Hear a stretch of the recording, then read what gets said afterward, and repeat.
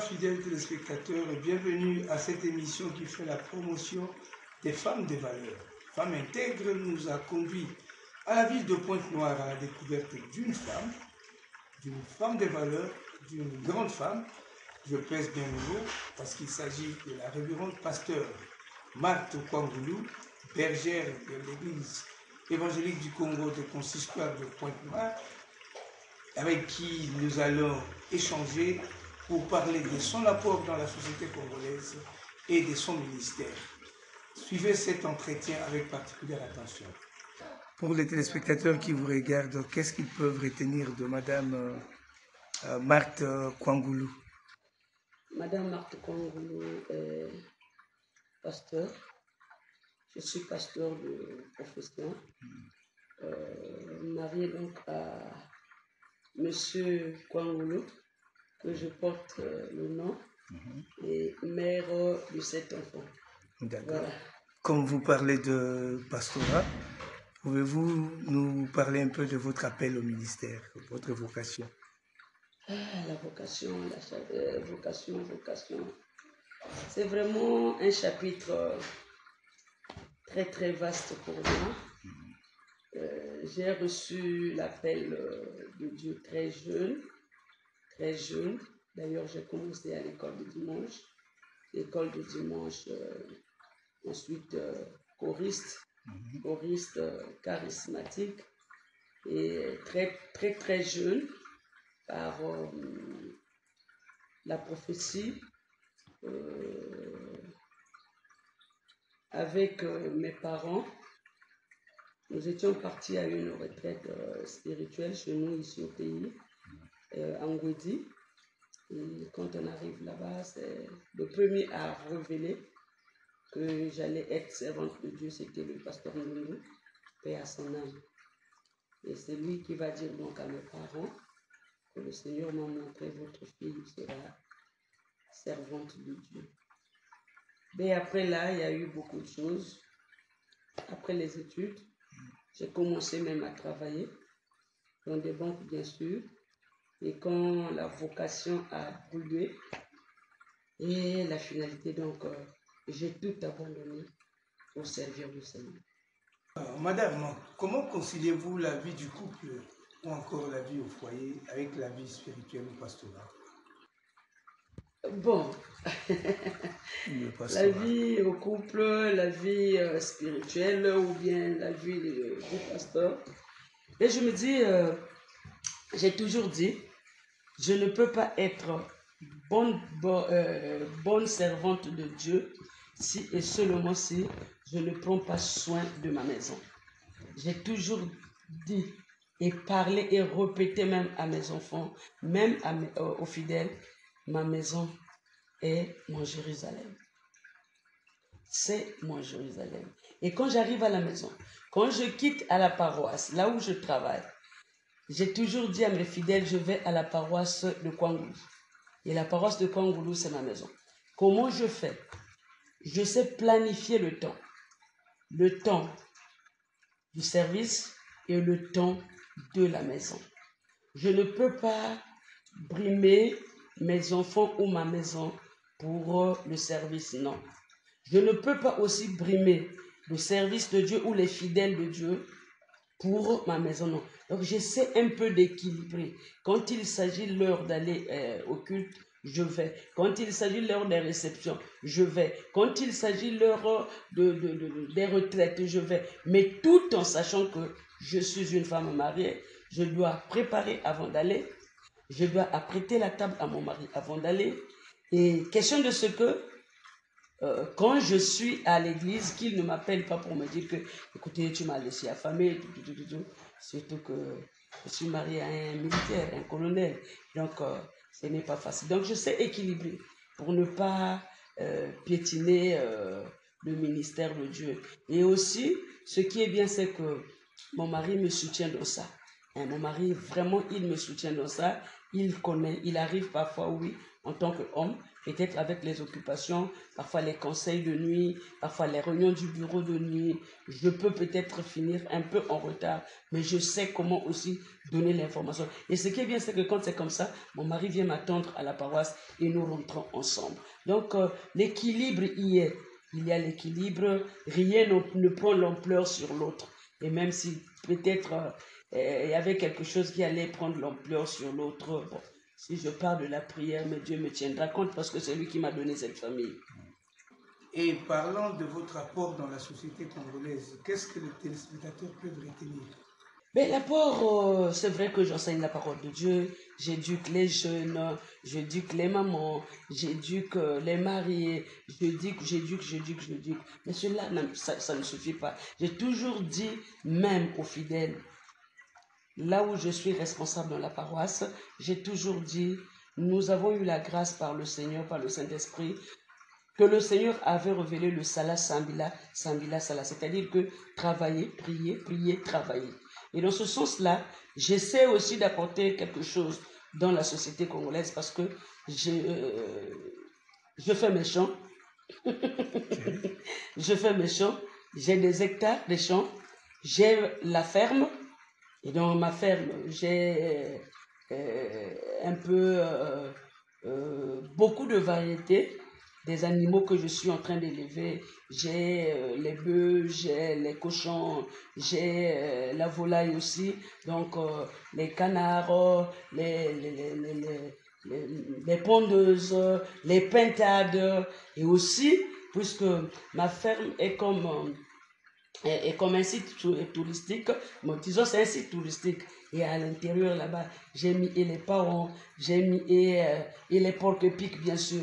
Pour ceux qui n'ont jamais vu le porc-épic, arrivez dans ma ferme, vous allez voir. Et donc j'essaie un peu de lier le tout pour ne pas apporter seulement la parole de Dieu, mais j'apporte et la parole, j'apporte aussi ce qu'il faut pour la chair. Qu'est-ce qui est de particulier dans votre ministère, parce qu'on vous appelle femme de foi? Est-ce que vous croyez en la guérison divine? Bien sûr que oui, en tant que pasteur, je crois et moi-même je suis l'exemple de la guérison divine. Parce que nul n'était cette guérison divine, peut-être qu'aujourd'hui, je dirais oui, j'allais être, par la grâce de Dieu, en vie, mais je n'allais pas être mariée. Parce que si je suis aujourd'hui appelée femme, madame, colonel Kwangoulou, ben c'est simplement parce que j'ai été guérie divinement par le Seigneur. Madame, comment concevez-vous ou voyez-vous un être humain? Parce que nous vivons dans des pays, par exemple, je prends le cas de la RDC, où la plupart des serviteurs ou servants de Dieu, on entend des termes tels que gros poissons. Donc, ils cherchent des gros poissons à l'église, c'est-à-dire des riches qui doivent donner des dîmes, des millions de francs CFA pour l'œuvre de Dieu et tout là. Mais apparemment, scrutant votre ministère, vous êtes plus attaché, pas aux pauvres, mais aux hommes ordinaires. Quel représente un être humain pour vous, pour votre ministère? Moi, dans mon ministère, j'ai toujours considéré l'être humain comme le moi-même. Parce que Dieu nous demande de nous aimer, d'aimer le prochain comme toi-même. Et moi, le prochain, l'être humain pour moi, c'est vraiment le moi-même. Au point où, puisque c'est le moi-même, j'ai la considération pour toutes les couches. Que tu sois pauvre, que tu sois riche, que tu sois blanc, que tu sois veuve, que tu sois orphelin, que tu sois bébé, que tu sois, je ne sais, blanc, noir, jaune, j'ai de la considération pour tout le monde. Au point où, dans mon ministère, je ne fais pas le choix de la réception. De toutes les façons, tu peux être riche. Ce que tu donnes, ça peut honorer les hommes, mais ça n'honore pas Dieu. Tu peux être pauvre. Ce que tu donnes tombe, bien que c'est peu, et ça honore le Seigneur. Et de toutes les façons, l'histoire dans la Bible de la veuve nous enseigne plus. Bon, madame, je vous invite à suivre cet extrait de vos activités et je vais revenir pour vous poser quelques questions relatives à cela. Bien sûr. Mais à l'origine, elle enseigne la parole de Dieu depuis les années 96, comme étant laïque. Sa vocation ne commence pas par le fait qu'elle est devenue pasteur, Mais c'est une vocation soutenue par un arrière-plan spirituel énorme. Tout le monde la voyait servante de Dieu et beaucoup l'ont prophétisé comme pasteur. Au point où beaucoup d'assemblées ont même voulu la prendre pour qu'elle vienne travailler chez eux. Mama Emuno, qui était venue à celui de réveillon, puis Mama Emuno qui a chorale Séraphin. Parce qu'elle est grandie comme étant la maman de tous les enfants. Elle est charismatique de renommée. De par ses dons, elle animait plusieurs groupes de prière. Certains des parents ne voulaient pas que ce soit mon épouse parce qu'elle estimait qu'elle était une magicienne. Oh, madame, nous venons de suivre là, à l'église, les témoignages des fidèles, les témoignages d'autres serviteurs de Dieu. Mais ce qui m'a beaucoup touché, c'est le témoignage de votre propre mari. Est-ce qu'il fait ce témoignage seulement parce que vous êtes sa femme, parce qu'il vous aime, ou ça vient vraiment du fin fond de son cœur et vous êtes réellement ce qu'elle vient de dire là? En tout cas, ce que mon mari dit de moi, ce n'est pas une flatterie, mais ça vient effectivement de son cœur, parce que c'est lui qui me connaît et c'est lui qui me soutient dans le ministère. Et lui, il a vu combien de fois j'ai souffert dans ma vocation, et ce qu'il dit vient droit de son cœur. Ce n'est pas une flatterie, ce n'est pas parce que c'est mon époux, non. Ce n'est pas parce que je suis son épouse, mais c'est simplement parce qu'il a vécu la chose, il connaît réellement la chose, au point où quand il dit, il n'a pas à chercher les mots, il le dit avec joie et avec sincérité parce qu'il était au cœur et au centre de la chose. Autre chose, madame, c'est votre mari. Comment expliquer sa simplicité? Il est colonel de son État, commandant du port autonome de Pointe-Noire, sous d'autres cieux, occupant ce genre de poste ou cette position dans la société, à une certaine complexe de supériorité que certaines personnes développent quand ils occupent une telle fonction. Et comment expliquer que votre mari soit si simple que tout le monde, et c'est parce qu'il est aussi croyant? Effectivement, ce qui est, vous savez, monsieur le journaliste, très contente de vous et de vos questions. D'ailleurs, la Bible nous dit que quand quelqu'un a reçu de Christ, il devient une nouvelle créature. Les choses anciennes sont passées. Et mon mari aujourd'hui, oui, c'est vrai, colonel, commandant du port, mais ce qu'il est pour le Christ lui donne de s'effacer devant tout ce qu'il a comme galant, tout ce qu'il a comme position dans la société. Et en tant qu'enfant de Dieu, il prend tout le monde au même diapason. Voilà pourquoi, chez lui, à n'importe quelle heure tu peux appeler, son téléphone va sonner, il va te décrocher. Qu'il te connaisse ou pas, il te répond, vous parlez. Si tu as un problème, si tu as un souci, quand il peut, il répond et il résout aussi le problème. Et de ce côté, je dirais oui, j'ai gagné quelque chose parce que avec l'enseignement, d'abord c'est un enfant qui sort de l'école de cadet, avec les enseignements de l'école des cadets, recevoir le Christ, accepter Jésus comme Seigneur et Sauveur, et aussi vivre avec une femme que vous ne parlez que de ça. Et lui-même aussi, il a reçu la vocation, et aujourd'hui c'est un diacre dans l'église évangélique du Congo. Et en tant que diacre, on doit être quand même exemplaire. Pourquoi faire le choix? Mais si, peut-être, on ne sait pas, quelqu'un qui peut venir te donner l'information n'est pas toujours celui que tu penses qu'il est au même niveau que toi. Et tout ce que Dieu a créé est bon. Et tout être créé par Dieu est important pour l'autre. Madame, nous sommes au mois de mars, mois dédié à la femme. Et je pense que les femmes de la RTC vous suivent. Et aussi les femmes du monde entier à travers l'Internet vous suivent. Pour vous, comment concevez-vous le mois de la femme ou le 8 mars? Parce que pour certaines femmes, c'est une journée où on doit aller boire, danser, et ensuite, je ne sais pas moi, avec ses amis, aller dormir. Pour vous, qu'est-ce que devait représenter la journée du 8 mars pour les femmes? Bon, la journée du 8 mars, pour moi, je me dis c'est une journée comme toutes les journées. En quoi c'est extraordinaire? C'est avant-hier, et c'est hier même la nuit que je faisais rire mon mari. Si on parle du mois de mars pour la femme, donc finalement, les 11 mois, puisque l'année a 12 mois, on parle du mois de mars pour la femme. Finalement, donc, les 11 mois restants, c'est le mois des hommes. Non, les hommes n'ont pas de mois particulier. Mais non, mais puisqu'on parle du mars, le mois de mars, le mois de la femme, est-ce que c'est vraiment le mois de la femme? Est-ce que la femme est nécessaire ou utile seulement pendant le mois de mars? Je dis non. Le mois de mars est un mois comme tous les autres mois. Et pour moi, aller pour ceux qui font des fêtes et faire des dépenses pour la journée de 8 mars, je me dis c'est peut-être inutile. Pour nous les chrétiens, oui, ça peut être une journée d'enseignement aux femmes. Et généralement, c'est ce que nous faisons. Le 8 mars, les chrétiens, nous, on les occupe, on les occupe au temple pour des enseignements. Comment une femme peut soutenir son foyer, comment une femme peut entretenir son foyer, comment une maman peut faire pour aider, apporter quelque chose dans son foyer, comment une maman peut être utile dans la société. Voilà, que d'aller boire ou bien d'aller peut-être faire le sport comme sous prétexte le mois de la femme. Bon, mais le goût de tout un chacun. Sinon, moi, ce que je conseille, c'est de considérer ce jour-là comme tout autre jour.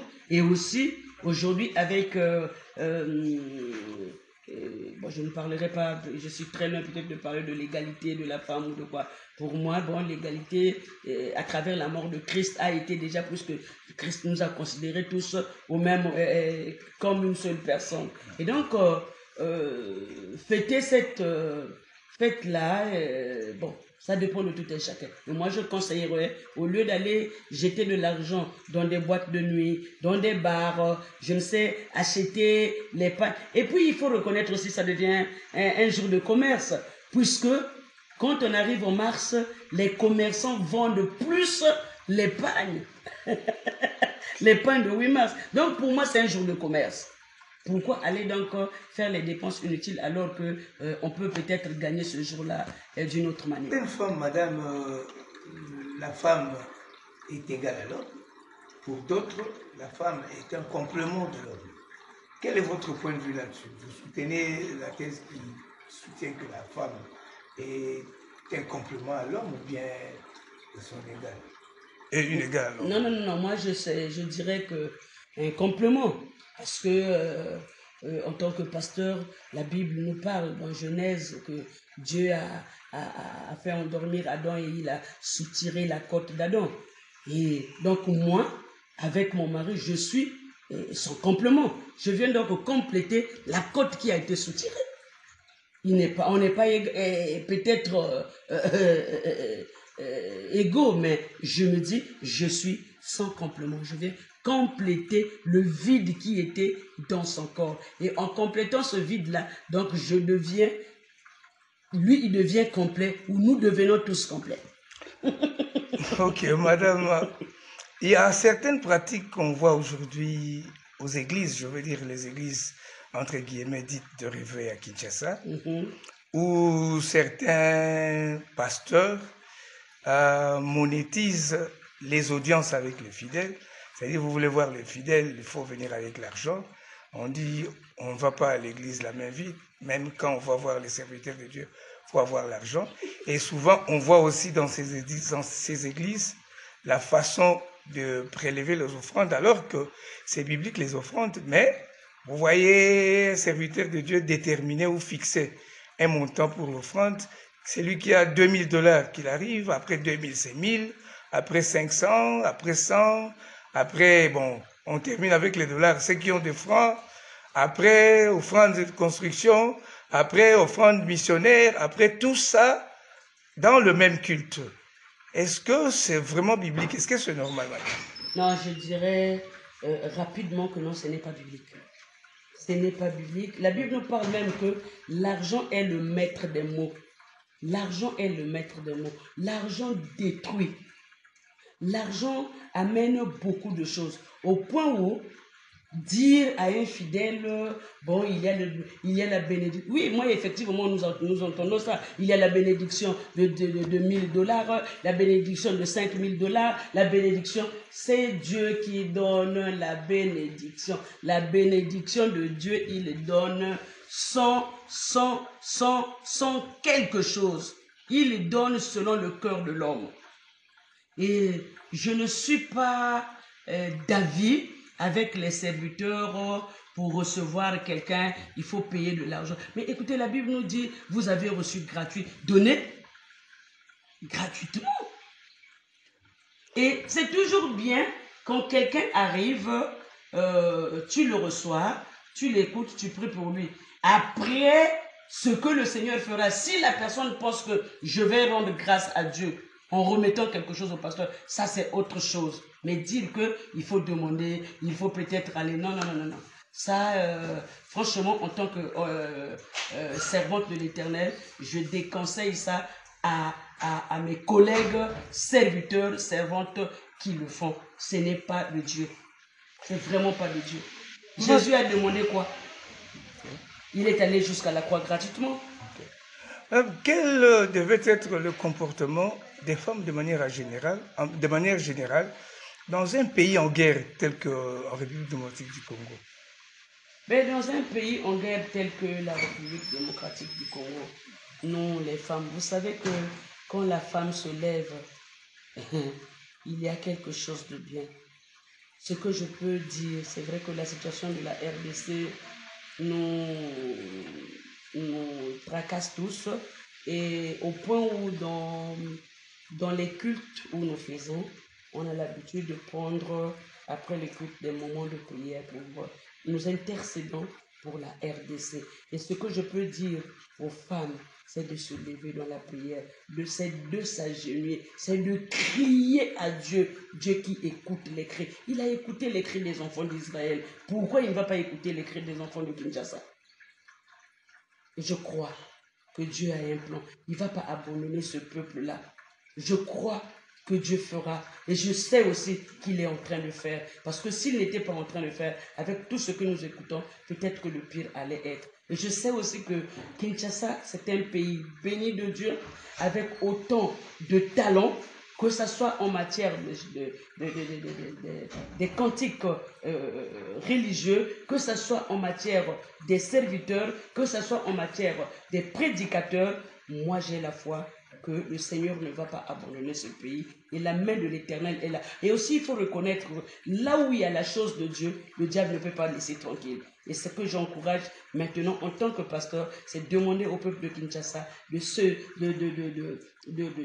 lever dans la prière. Le diable connaît ce que Dieu a placé en eux, ce qui est vraiment capital, qu'il est en train de les combattre, et Dieu ne va pas les abandonner. Et pour les femmes en détresse, maman pasteur, un message particulier aux femmes en détresse à l'est, à Goma, Rutshuru, Masisi, là où les territoires sont occupés par des rebelles. Il y a des femmes qui ont perdu leur mari, il y a celles qui ont perdu leurs enfants, il y a celles qui pleurent chaque jour, elles sont brisées. Un message de réconfort à celles-là. Et à tout le monde qui se trouve dans cette condition. Bon, à tous ceux qui sont dans cette condition, nous demandons à ce que Dieu puisse les consoler. Que le Seigneur puisse étendre sa main. Tu sais, il y a la parole de Dieu que j'aime plus. Job a dit, mon Rédempteur est vivant, il se lèvera le dernier. Et c'est cette parole-là que je peux dire. Je dirais, c'est pas facile.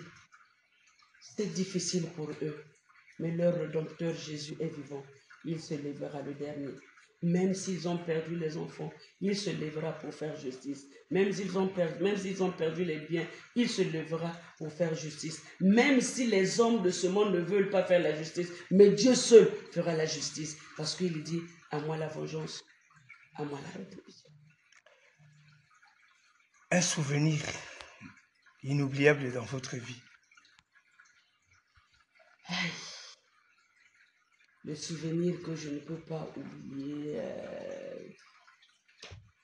dans ma vie.